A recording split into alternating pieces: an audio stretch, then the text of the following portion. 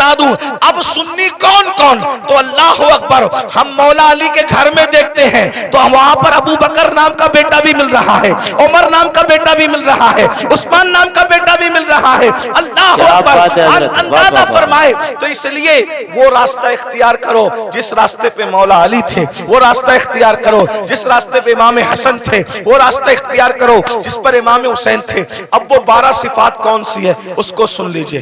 2 सिफात, अल्लाह की 2 सिफात का मजहर होता है। अल्लाह की 2 सिफात क्या है? सिफते सत्तारी, सिफते सत्तारी और सिफते गफारी। यानी जो वली होगा सत्तारी सिफत का मजहर होगा। सत्तार किसको कहते हैं? ऐब छुपाने वाला। यानी जो वली लोग होते हैं ना, वो लोगों के ऐब जाहिर नहीं करते, वो लोगों के ऐबों पे पर्दे डालते हैं। जी जी। अब आप इसमें चेक कर लीजिए कितने रदी अल्लाह और कितने रहमतुल्लाह अलैह बाहर निकल रहे हैं। देखिए। जी जी जी जी, क्या बात है हजरत। जी जी जी, गौर कीजिए ना।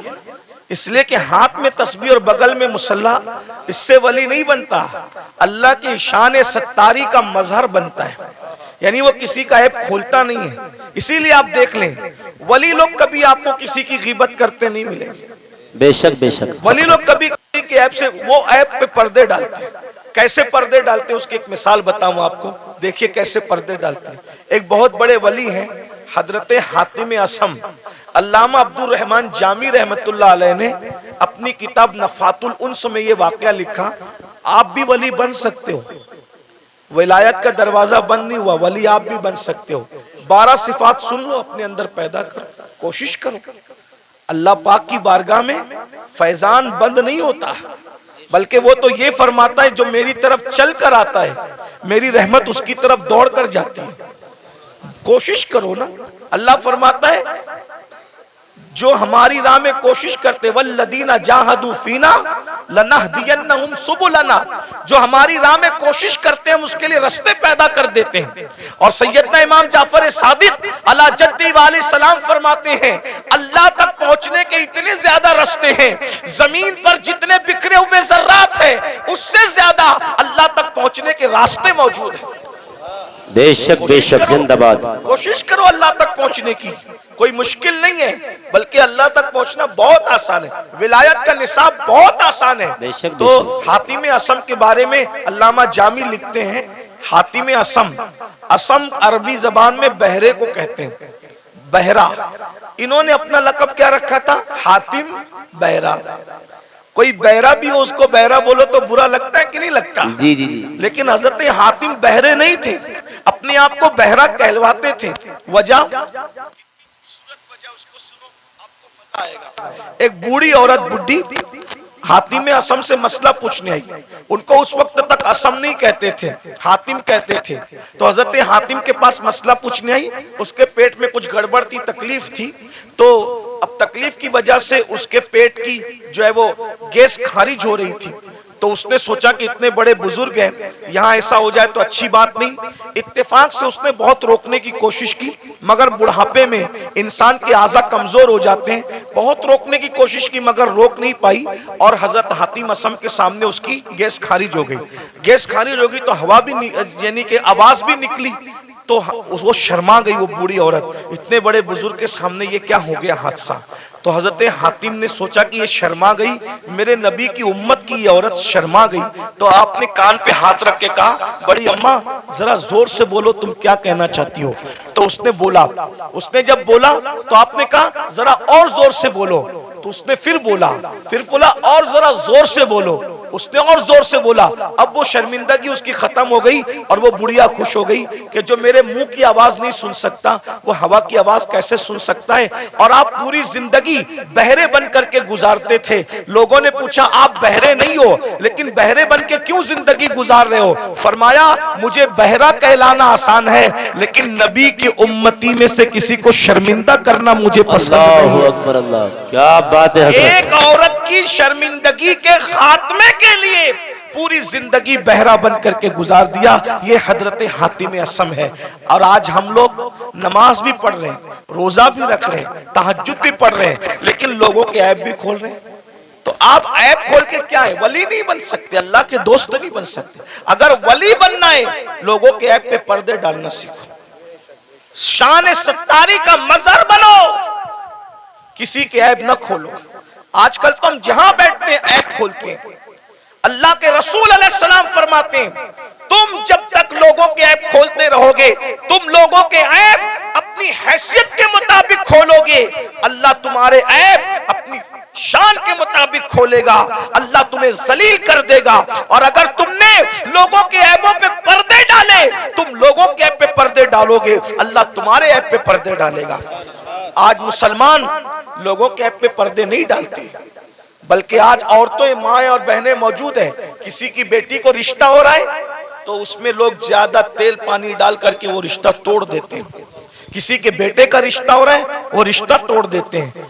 ऐप पे पर्दे डालने की बजाय लोग ऐप जोई करते हैं। तो दो सिफत, नंबर 2 सिफत गफ्फारी, गफ्फार कहते हैं माफ करने वाले को।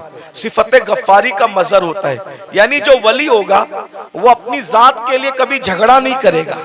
वली अपनी जात के लिए कभी झगड़ा नहीं करेगा, क्योंकि जात के लिए झगड़ा करना ये कुत्तों का काम है। जात के लिए झगड़ा करना कुत्तों का काम है, अपनी जात के लिए वली कभी नहीं लड़ता। अब आपसे पूछता हूं, आज हम अपनी जातियात के लिए कितना लड़ते हैं? कितना लड़ते हैं? बाइक टकरा गई, झगड़ा हो गया।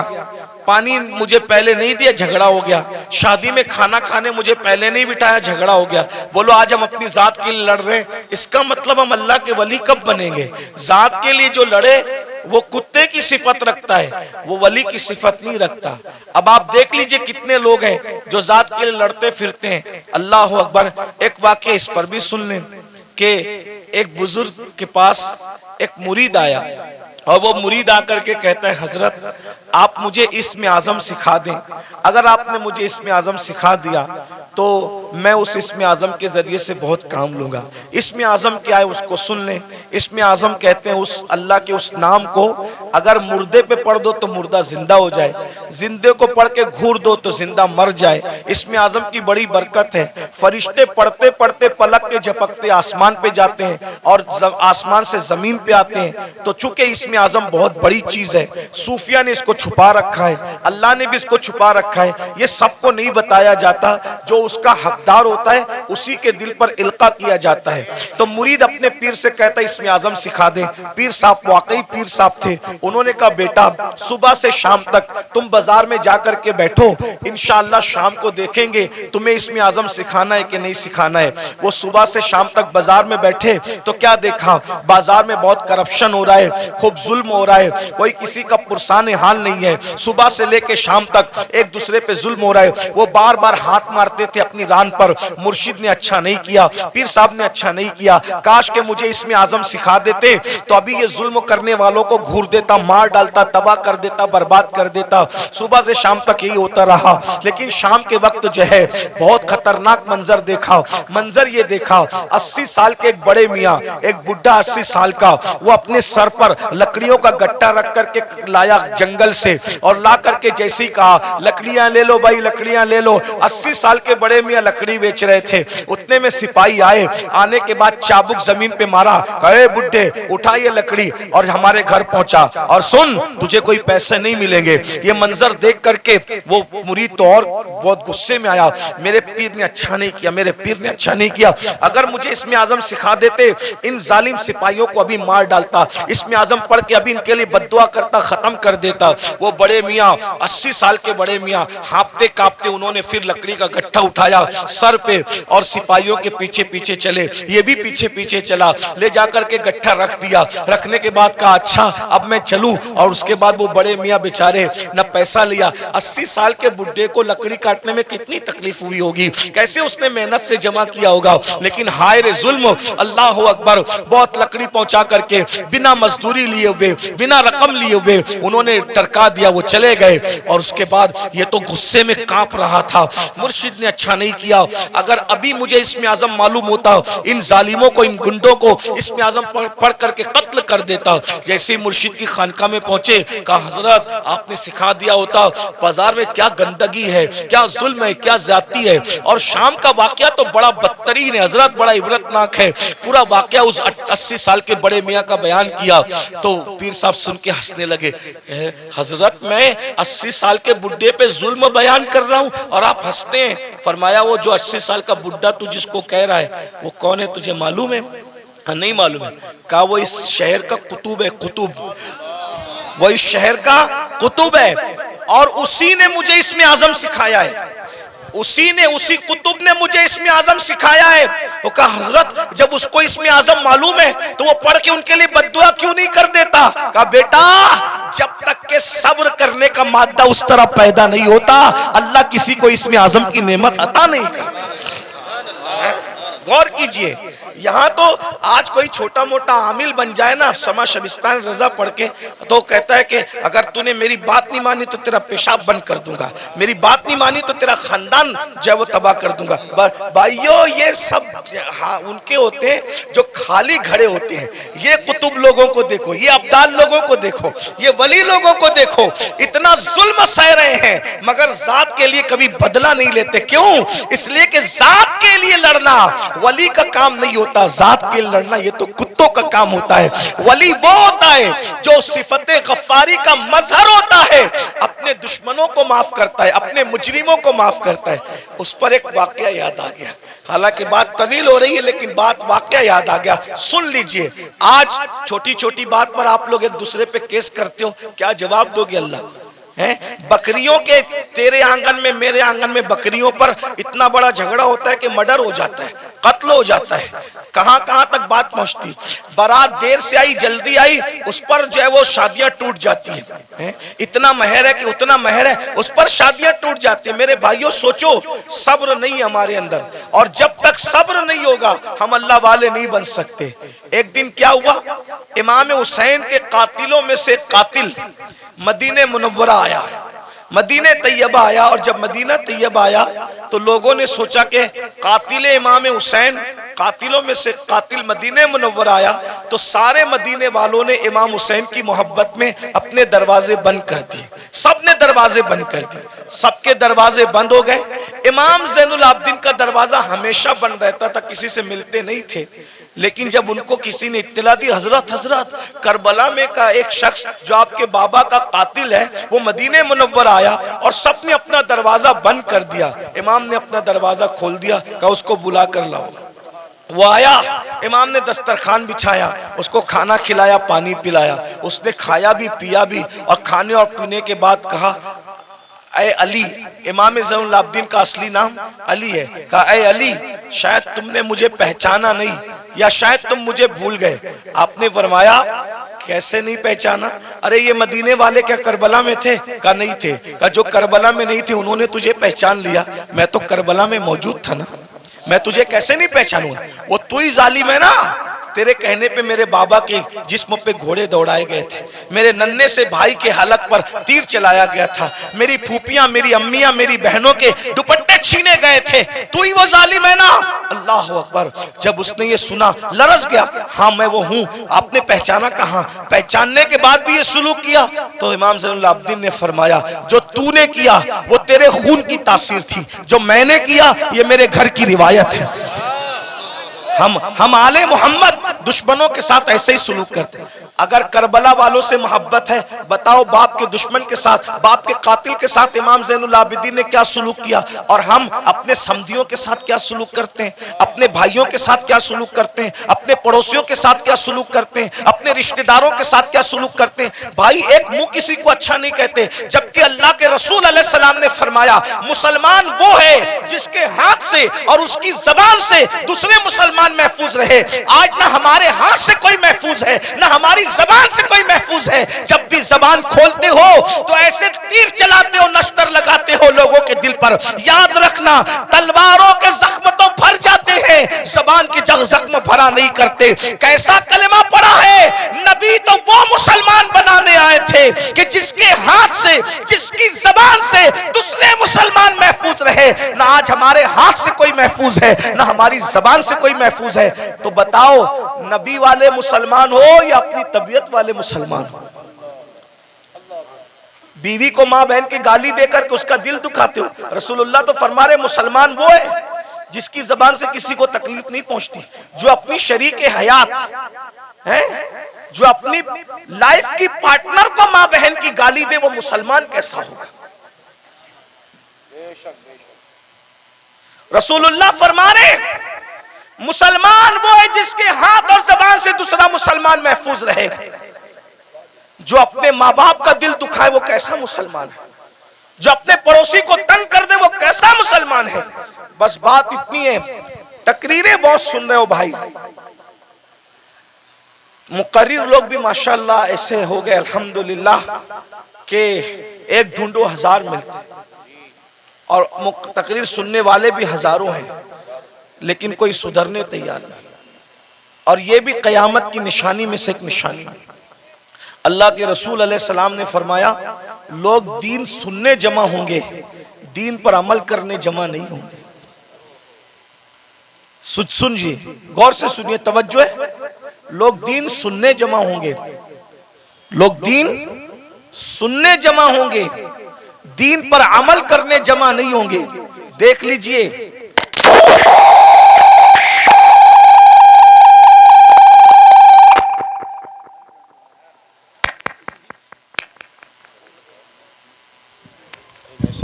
किसी की बच्ची मदरसे में रह गई है, वो रो रही है, उसके माँ बाप जहाँ भी हैं वो अपने बच्चे को जाकर के ले ले। वो रो रही है, छोटी सी बच्ची।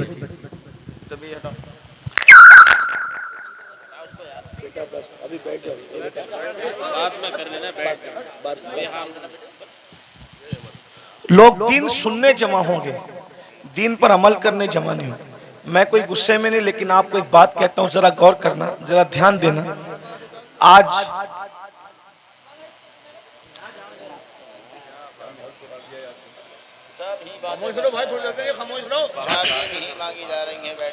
दुरूशी पढ़ने आप लोग सल्लल्लाहु अलैहि वसल्लम सलातो व सलाम अलैका या रसूल अल्लाह सल्लल्लाहु अलैहि वसल्लम। लोग दीन सुनने जमा होंगे, क़यामत की निशानियों में से एक निशानी है, दीन पर अमल करने जमा नहीं होंगे। अभी देखिए सुबह का वक्त है, कारोबार का वक्त है, संडे भी नहीं है, आज संडे नहीं है ना, वर्किंग डे है ना।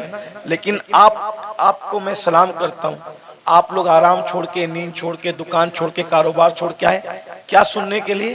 दीन सुनने के लिए। लेकिन अगर इनमें किसी को कहा जाए कि वादा करो कि आज के बाद तुम नमाज नहीं छोड़ोगे, तो हाथ नहीं उठेंगे लोगों के। और अगर हाथ उठ भी गए तो वो आज ही ज़ोहर से पहले वादा किया, लेकिन ज़ोहर में नहीं पहुंचेगा। ये हंसने की बात नहीं, ये दुख की बात है। ये यानी कि माज़ अल्लाह कहीं ना कहीं जलसा करना जो वो एक रस्म बन गया, कहीं बिजनेस बन गया, कहीं शो बन गया, ये हालात हो गए। हम अल्लाह को मुंह क्या दिखाएं? अल्लाह को मुंह दिखाना है भाई। अगर जज के सामने कल तारीख हो ना, तो बड़े बड़े लीडरों को रात को नींद नहीं आती कि सुबह अदालत में खड़े होना है जज के सामने। हालांकि दुनिया का जज रिश्वत लेकर भी फैसला बदल सकता है, दुनिया का जज मुंह देखकर फैसला कर सकता है, दुनिया का जज चेहरा देखकर फैसला कर सकता है, लेकिन वो आदिल जिसकी बारगाह में अंबिया भी कांपेंगे, जिसकी बारगाह में अंबिया उसके महबूब भी नफ्सी नफ्सी पुकारेंगे, जिसकी बारगाह में फरिश्ते भी कांपेंगे, थर थर कांपेंगे। अल्लाह कुरान में फरमाता है यौम यक़ूमुर रूह वल मलाइका सफ़्फ़न ला यतकल्लमूना इल्ला मन अज़िन, कि जिब्रील और सारे फरिश्ते अल्लाह की हैबत से थर थर कांपेंगे। अरे जहां जिब्रील भी कांप रहे होंगे, हम अल्लाह को क्या मुंह दिखाएंगे? ये जन्नत को जितना आसान और सस्ता समझ रखा है हमने, आप लोगों ने, इतनी सस्ती नहीं है। महशर में पता चलेगा कि जो मुखलिस उलमा हमें नसीहत करते थे, हमें कान से सुन के दूसरे कान से उड़ा देते थे, हम उनकी बातों को नहीं लेते थे, उनकी बातों पर अमल नहीं करते थे, उस वक्त तुम पछताओगे। मगर उस वक्त का पछताना काम नहीं आएगा मेरे भाई। अगर होश के नाखून लेना है तो आज ले लो, संवरना है तो आज संवर लो, सुधरना है तो आज सुधर लो।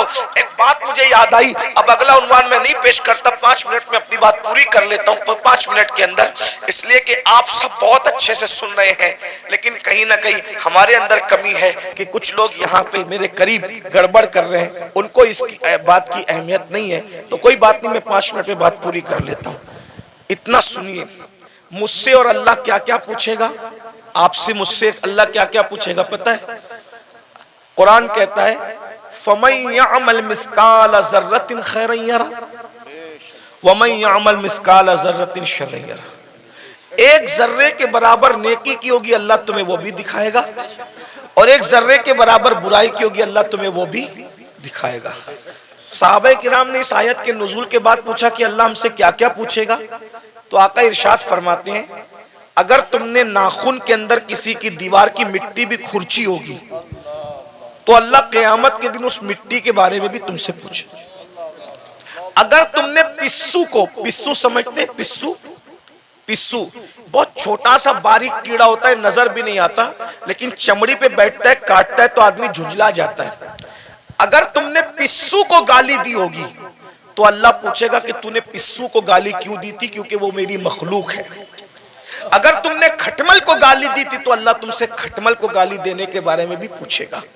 ये यहाँ जो दादागिरी, गुंडागर्दी, बाबागिरी जो कुछ कर रहे हो और फिर सोचते हो कि जन्नत हाथ से नहीं जाने वाली, अल्लाह अल्लाह है, अल्लाह अल्लाह है। मैं बार बार कौम को कहता हूं, जो नबियों के बेटों को जहन्नम में डाले वो अल्लाह है, जो नबियों की औरतों को जहन्नम में डाले वो अल्लाह है, जो नबी के सगे चचा को जहन्नम में डाले वो अल्लाह है। अल्लाह अल्लाह है। इतना बेपरवाह मत हो जाइए, इतना बेपरवाह मत हो जाइए, इतना बेपरवाह मत हो जाइए। नबी का सगा चचा इब्राहिम खलीलुल्लाह जैसे नबी का सगा चचा आजर बिच्छू की शक्ल में जहन्नम में डाला जाएगा। बताओ बताओ मेरे भाइयों, किस किस किस धुन में हो, किस मस्ती में हो, किस गफलत में हो। नूह अलैहिस्सलाम की एक बीवी जहन्नम में डाली जाएगी, नूह की बीवी, उलुल आज़्म पैगंबर की बीवी जहन्नम में डाली जाएगी। ये बहनें क्या समझ रही है कि कलमा पढ़ के जन्नत शरीफ मिल जाएगी? कुरान कहता है क्या तुम ये तसव्वुर करते हो कि तुमने कहा कलमा पढ़ा और तुम्हें आजमाया नहीं जाएगा? तुम्हें आजमाया जाएगा और रोज आजमाया जा रहा है। फजर की सर्दी में तू अपनी जान से प्यार करके सोता पड़ा है, या अल्लाह की मोहब्बत में ठंडे पानी से वुजू करके तू मुसल्ले पे खड़ा है, आजमाया जा रहा है। आज अपनी जान की मोहब्बत में सर्दी में नरम नरम बिस्तर पर सोने वालों, जहन्नम में जलने के लिए तैयार हो जाओ। क्या समझते हैं? जो लोग आपको ये कहते हैं ना, काश के कोई बुरा ना माने, और अगर किसी को दीन हक की बात सुनने में बुरा लग जाए तो लगता रहे। बहुत कुछ सोचकर बना हूं मौजे दरिया का हरीफ, वरना मैं भी जानता था आफियत साहिल में है। एक कड़वी कसेली बात सुनने के लिए हिम्मत इसीलिए जुटाता हूं कि पूरी दुनिया मुझे गाली दे, लेकिन सिर्फ मेरा अल्लाह और मेरा रसूल मुझसे खुश हो जाए, बस। जो पिया को भाई अख्तर वो सुहाना राग है, जिससे ना खुश है पिया वो रागनी अच्छी नहीं। जो आपको जलसों में कहते हैं ना, इनका चेहरा देखो और जन्नत में जाओ, इनका चेहरा देखो जन्नत में जाओ, अमीनुल कादरी का चेहरा देखो जन्नत में जाओ, ये शैतान ने इनकी फिक्र को अगवा कर लिया है। वो तुम्हें जहर दे रहे हैं, जहर। कोरोना का वायरस इतना खतरनाक नहीं है, बदअमली और बदअकीदगी के बाद भी जन्नत का टिकट बांटने का वायरस इतना खतरनाक है। कोरोना किसी को होगा तो वो अकेला मरेगा। ये गंदगी जो आएगी ना, कि बेअमली के बाद भी, जिना के बाद भी, बदकारी के बाद भी, हरामकारी के बाद भी, सिर्फ सलीम मियाँ को देखो जन्नत में जाओ, अमीनुल कादरी को देखो जन्नत में जाओ, और मुफ्ती साहब को देखो जन्नत में जाओ। मेरे भाई, जिनको देख देख करके जन्नत बांट रहे हो, क्या तुम्हारे पास कोई गारंटी है कि ये लोग भी जन्नत में जाएंगे? हैं? बताओ ना। खिलवाड़ न करो। ये कौम बहुत भोली है, ये हमारी बातों पर यकीन करती है, लेकिन मेरी कौम के नाज़िमों, मेरी कौम के वाइजों, उलमा नहीं करते। जो वाकई आलिम रब्बानी वो ये काम नहीं करता। उसको पड़ी नहीं एक प्रोग्राम की, कोई बुलाए तो बुलाए, कोई नहीं बुलाए तो बुलाए। जिन्होंने धंधे पानी शुरू कर रखे वो तुम्हारी चापलूसियां करते हैं, और तुम भी नारे लगाते हो इनको देखो जन्नत में जाओ, और फिर उसके बाद आप सिर्फ जब देख करके जन्नत मिलेगी, कोई बेवकूफ फजर पढ़ने के लिए उठेगा? कोई बेवकूफ है जो चेहरे पे दाढ़ी रखेगा? कोई बेवकूफ है जो मुसल्ले पे रोएगा? अरे तुमने किसको देखा? सलीम मियां का नाम इसलिए ले रहा हूं कि ये मेरा भाई है, बुरा नहीं मानेगा मेरा भाई, मैं जानता हूं, अब मेरा हक है। आपने सलीम मियां को देखा ना, आपने अमीनुल कादरी को देखा, आपने मुफ्ती साहब को देखा ना। आओ मैं उसकी बात करूं जिसने सलीम मियां को नहीं, सलीम मियां के जद्दे करीम को देखा। किसको? किसको? खुदा को देखने वाली जो आंखें हैं वो मुस्तफा जाने रहमत की आंखें हैं। सैयदना फारूक आजम ने रसूलुल्लाह को देखा, बार बार देखा, हर बार देखा, जंग में देखा, अम्न में देखा। अरे उमर तो ऐसे नमाजी थे कि पहली सब में नमाज पढ़ते थे, फिर भी हालत नमाज में कंकियों से नबी का चेहरा देखते थे। ऐसा नबी को देखने वाला, ऐसा नबी को देखने वाला।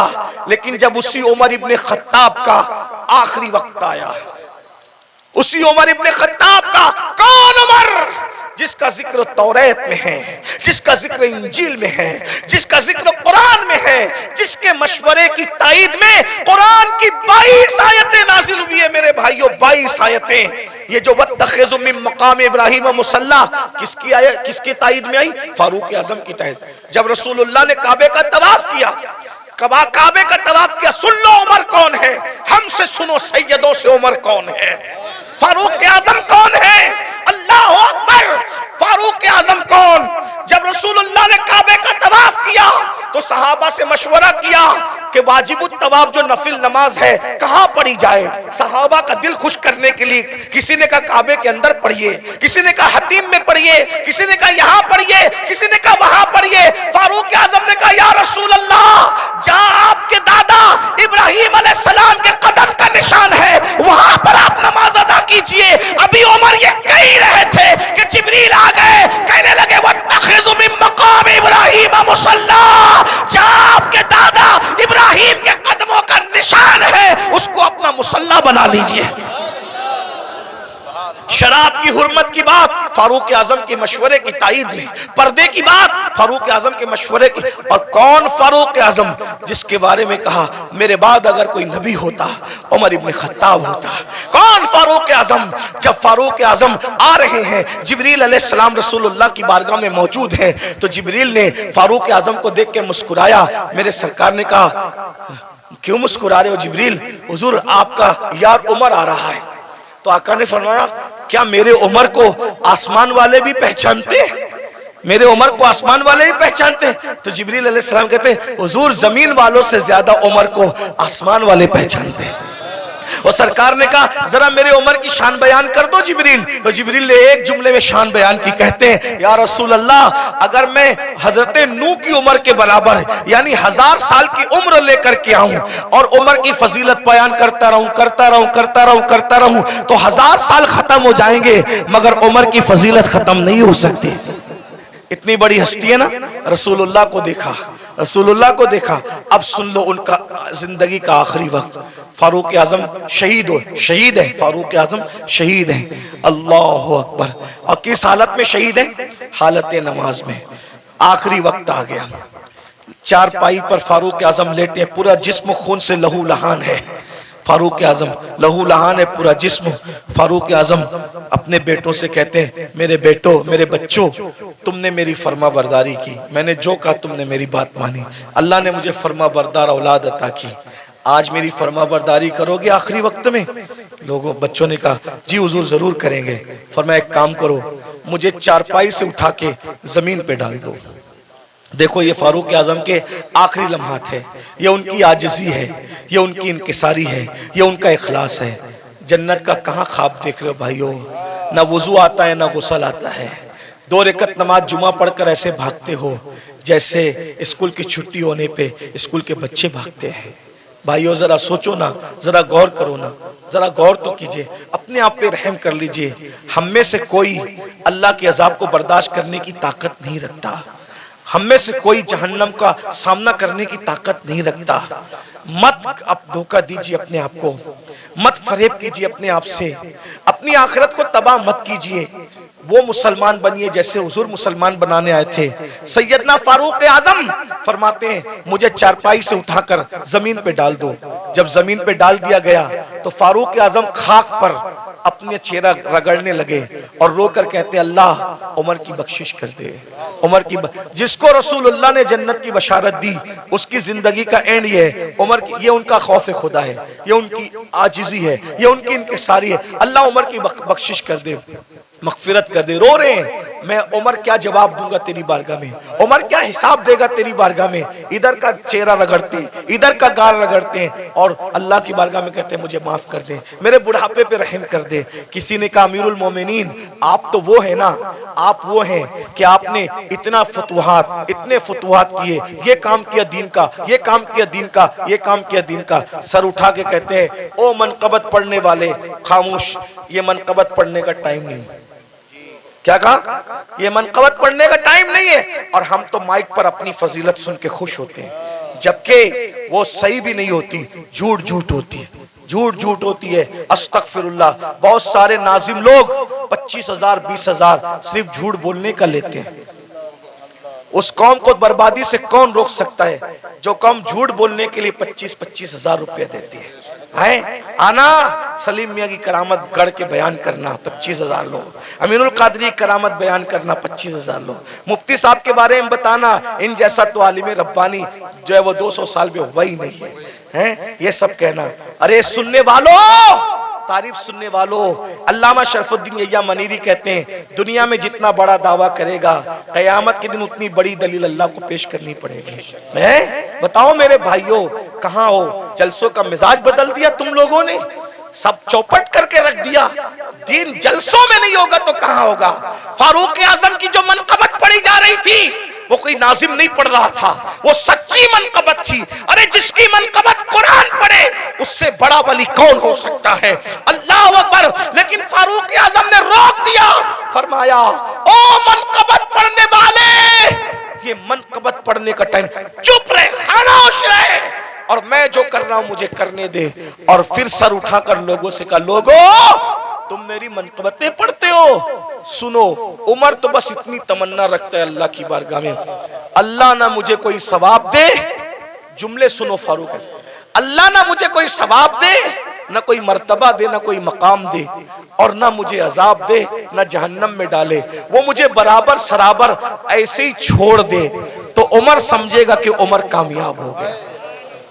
ये फारूक आजम की आजिज़ी है। और हम कहाँ है, किधर है? भाइयों तौबा करो, रमजान शरीफ करीब आ रहा है, इरादा करो एक भी रोजा नहीं छोड़ूंगा, सारे रोजे रखूंगा। इरादा करो तरावी नहीं छोड़ूंगा, पूरी तरावी जमात के साथ पढ़ूंगा, नमाज पाबंदी से पढ़ूंगा। अभी से तौबा करो, माहौल बनाओ, जहन बनाओ। और अगर आप दीन के करीब नहीं आए भाई, ऐसे ही आप आवारा गर्दी करते रहे, हराम लुकमा खाते रहे, गुनाह करते रहे, फिल्में देखते रहे, किसी का कुछ नहीं बिगड़ेगा। आप अपनी आखिरत को बर्बाद करोगे, तबाह करोगे। जब अल्लाह नबी की बीवी को उठा के जहन्नम में डाल सकता है, नूह अलैहिस्सलाम की बीवी की शक्ल में, अगर वो हमें जहन्नम में डालेगा कौन बचाएगा, कौन रोकेगा? बताइए ना। नूह अलैहिस्सलाम अपनी बीवी को बचाएंगे? बोलो नहीं बचाएंगे, बीवी को नहीं बचाएंगे। क्यों? इसलिए कि नबी जानता है जिसमें अल्लाह की रजा उसमें मेरी रजा है। नबी जानता है जिसमें अल्लाह की रजा उसमें मेरी रजा। इब्राहिम अलैहिस्सलाम अपने चचा को बचाएंगे? नहीं बचाएंगे। जिसमें अल्लाह की रजा उसमें मेरी रजा। गौर कीजिए, ये नहीं कह रहा हूं कि नबी बचा नहीं सकता, नबी जिसको चाहे बचा सकता है, लेकिन हम अल्लाह का जितना अदब करते हैं उससे ज्यादा अदब अल्लाह का अंबिया करते हैं। मौला जो तेरी रजा वो हमारी रजा। ये कुफ्र पर मरे हम इनको नहीं बचाएंगे, तूने मना कर दिया हम नहीं बचाएंगे। हाँ, अगर तूने इजाजत दी तो जिनको हम पहचानते भी नहीं है हम उसको बचा लेंगे, उनको बचा ले। नबी साहिब इख्तियार होता है, मजबूर नहीं होता। लेकिन नबी की अल्लाह से मोहब्बत और अल्लाह की बारगाह का अदब यह है कि कोई नबी अल्लाह का कहना नहीं तोड़ेगा। एक आखिरी बात आई, मैं वो बात कहने चला था, फिर बीच में बात आ गई। हम अल्लाह को क्या जवाब दें? लोग जिना कर रहे हैं, ये नौजवान छोकरे आज के 16-16, 17-17 साल की उम्र में जिना करते हैं, लड़के लड़कों के साथ बदकारियां करते हैं, क्या क्या जुर्म करते हैं, बुराइयां करते हैं। अल्लाह को क्या जवाब दोगे? अल्लाह के सामने बोल पाओगे कि हम जिना करके आए?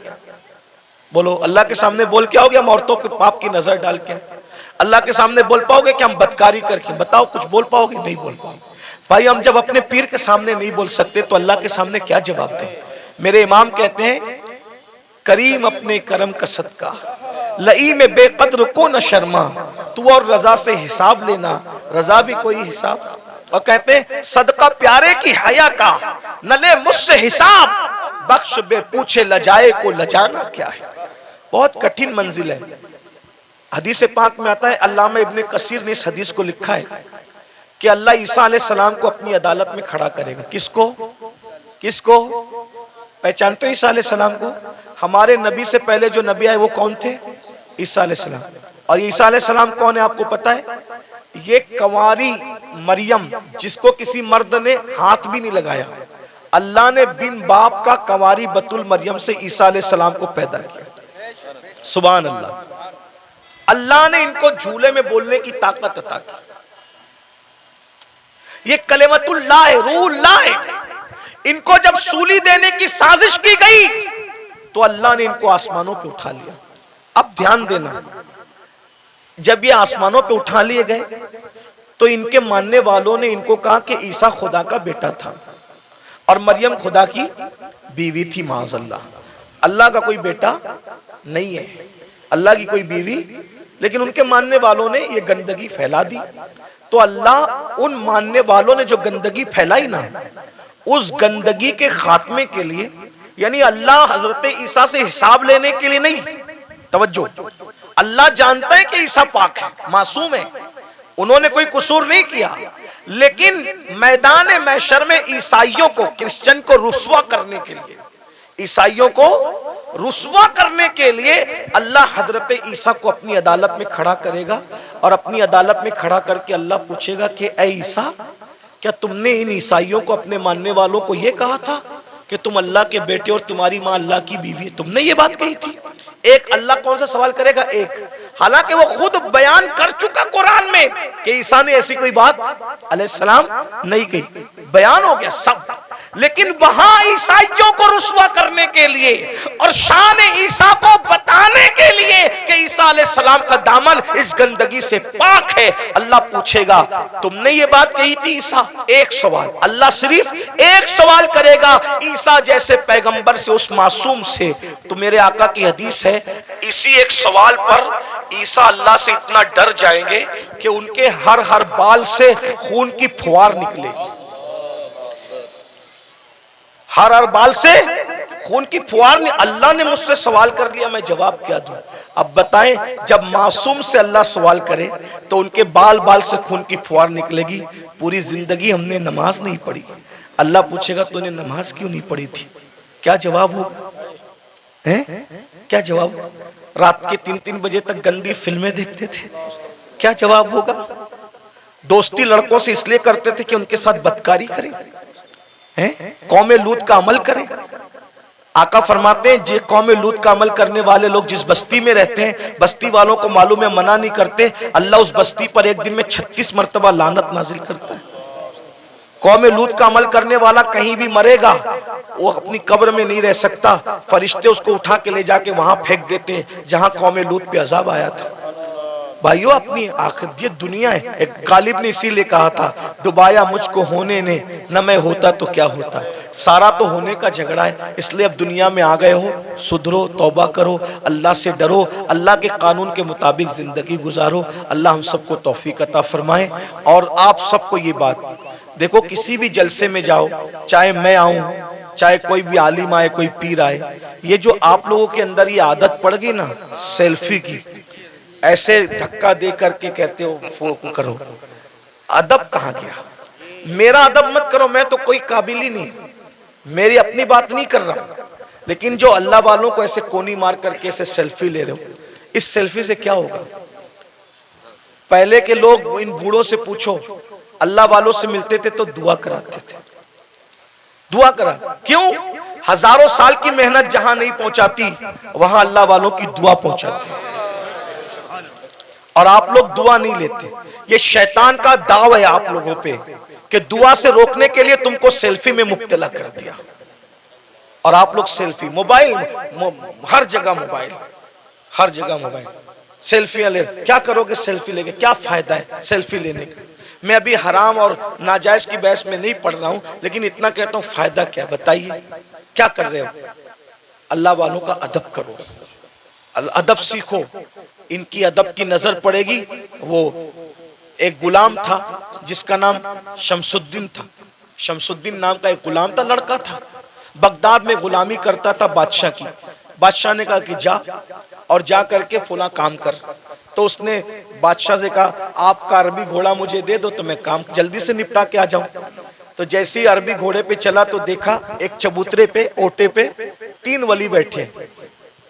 एक वली का नाम है हमारे मुर्शिद शेखुशयूख, शेखुशयूख शेख शहाबुद्दीन उमर सोहरवर्दी। एक वली है शेख नजमुद्दीन कुबरा।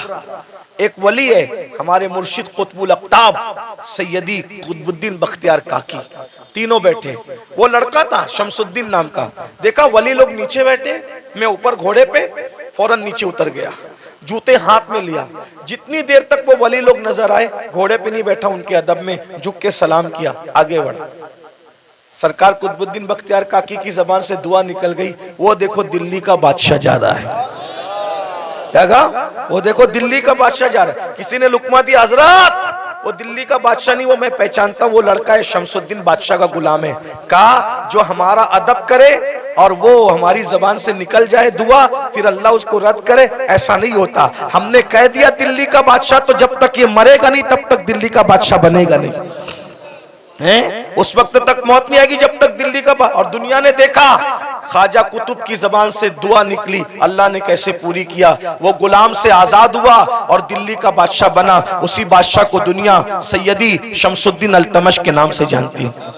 दुआ लो, दुआ लो। ये जो हंगामा का माहौल रहता है, इधर धक्का दे उधर धक्का दे, ऐसा मत करो। हमें कोई बुरा नहीं लगता, हम आपस में डिस्कस करते हैं, तुम लोग जो करते हो मोहब्बत में करते हो, लेकिन हमारी मोहब्बत में आप मजमे को धक्का देते हो। जहाँ 40 मोमिन जमा होते हैं, उसमें एक अल्लाह का वली होता है। मुझ गुनेगार से मिलने के लिए आप किसी वली को धक्का दे दोगे तो अल्लाह तुमसे भी नाराज हो जाएगा और मुझसे भी नाराज हो सकता है।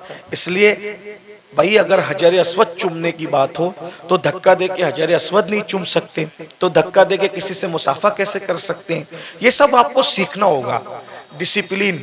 कल रात भी ऐसा हुआ और होता ही रहता है। ऐसा लगता है जैसे झगड़ा हो रहा है, ऐसा लगता है जैसे झगड़ा हो रहा है। अब ये क्लिपें चलेगी, आप तो मोहब्बत में मिलने तड़प रहे हो, लेकिन अगर कोई हुकूमत को ये पहुंचा दे कि देखो ये जलसों में ये लोग झगड़ा करते हैं, तो क्या ये क्लिपें आपके जलसों के बंद करने का सबब नहीं बन सकती हैं? बोलेंगे तुम लोग तो झगड़ा, आप झगड़ा नहीं कर रहे हो, लेकिन भाई जब वो मुखालिफिन को तो एक बहाना चाहिए ना कुछ भी काम हुकूमत से करवाने का।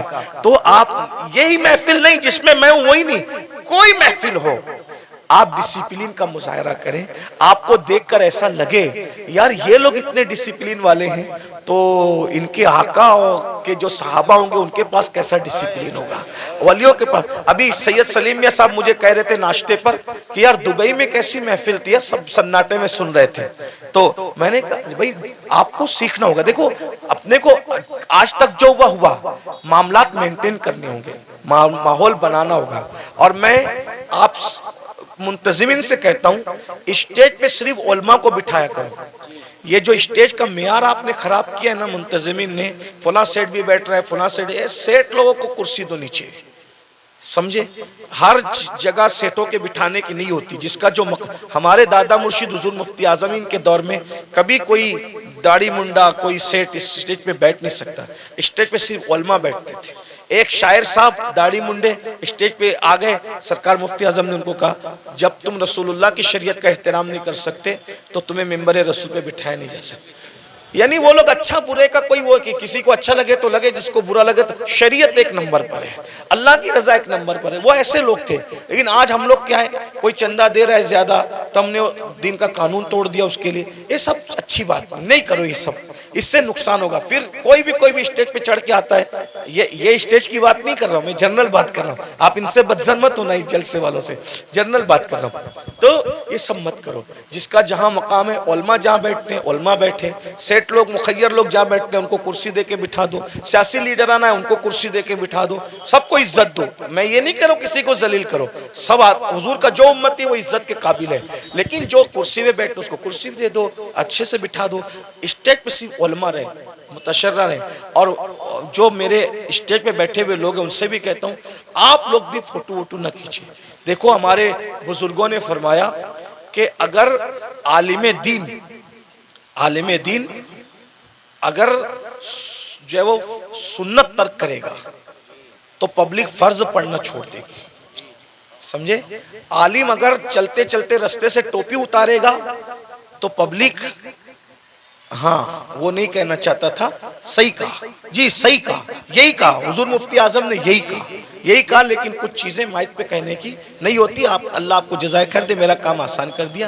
यानी तुम टोपी उतार के सर नंगा करोगे, लोग अपना पूरा वजूद बगैर कपड़े का कर लेंगे, इसका ख्याल करें। तो ये मेरे भाई भी, कुछ जो नौजवान हमारे जूनियर उलमा है ना, मैं उनसे माफी मांगते हुए कहता हूँ, ये लोग भी सेल्फी लेने लगते हैं। आप लोग तो आपको देख के नीचे वाले भी लेंगे, है ना। तो मैं आपको ये नहीं कह रहा हूँ कि मैं कोई फतवा देने आया, कोई साहिब फतवा आदमी नहीं हूँ, लेकिन कम से कम महफिल के तकद्दुस का ख्याल करो। और हम जो करेंगे हमारी कौम भी वो करेगी। अब मैं देखना चाहता हूँ कि आज से इस महफिल में कितना बदलाव आता है। अगर बदलाव आया तो समझ लूंगा कि मुझे दोबारा आना चाहिए इस तरफ, और अगर नहीं बदलाव आया तो समझ लूंगा कि गला सुखा कर कोई फायदा नहीं है ना। तो अभी हमें समझ में आ जाएगा। अब आगे का प्रोग्राम आप सुने। क्या प्रोग्राम है आगे? अच्छा, ये सलीम इजाज़त। अस्सलाम वालेकुम वरहमतुल्लाहि वबरकातुहू। अल्लाह तबारक व तआला